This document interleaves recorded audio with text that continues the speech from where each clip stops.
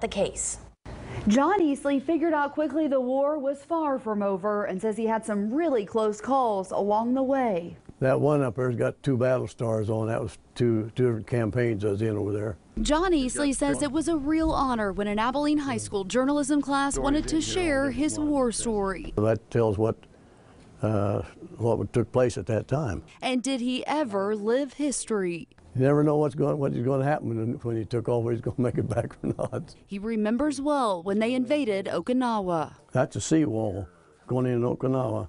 There was a seawall around there, so we had to climb over that. Iseli says the first few days they didn't meet much resistance. Then on the 4th, that's when we hit one big line, and all heck tore loose then. He says another soldier could no longer carry his bazooka, so he offered to do so. Because I had it under my arm, and I was holding it down so I could run.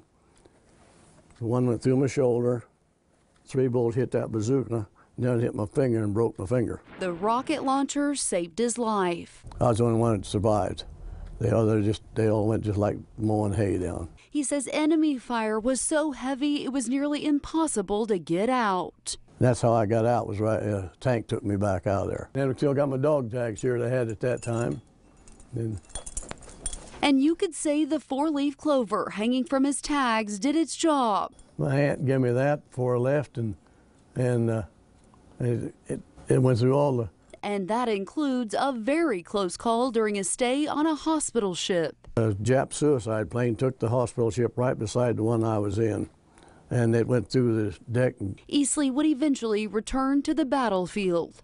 I didn't know hardly anybody because we landed with 213 in our company, and when they pulled back off the line, there's 46 left. The trip he survived halfway around the world was the very first time he'd ever been away from home. That was enough. I'd lucky I made it back out of that. And he figured out no matter how far you get. I seen Abilene, Kansas on it. Well, I looked at the guy's face. It was Bob McCune. He lived up here in Buckeye community, just a little ways from where I went to school with him.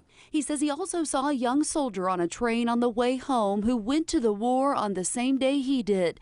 That return trip was one he never thought he would make. And that's the girl there that wrote my story.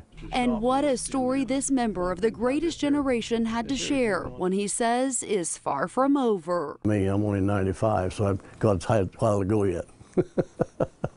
Once Abilene High School students compiled the stories of 17 veterans, they printed 500 copies. At a book signing at the Eisenhower Presidential Library, those all went in no time. Then they printed 250 more, and those went quickly as well.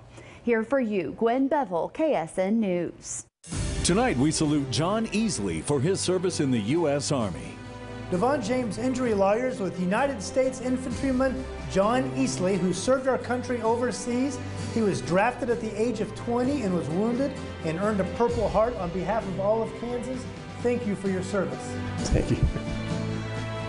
Veteran Salute is sponsored by the DeVaughn James Injury Lawyers.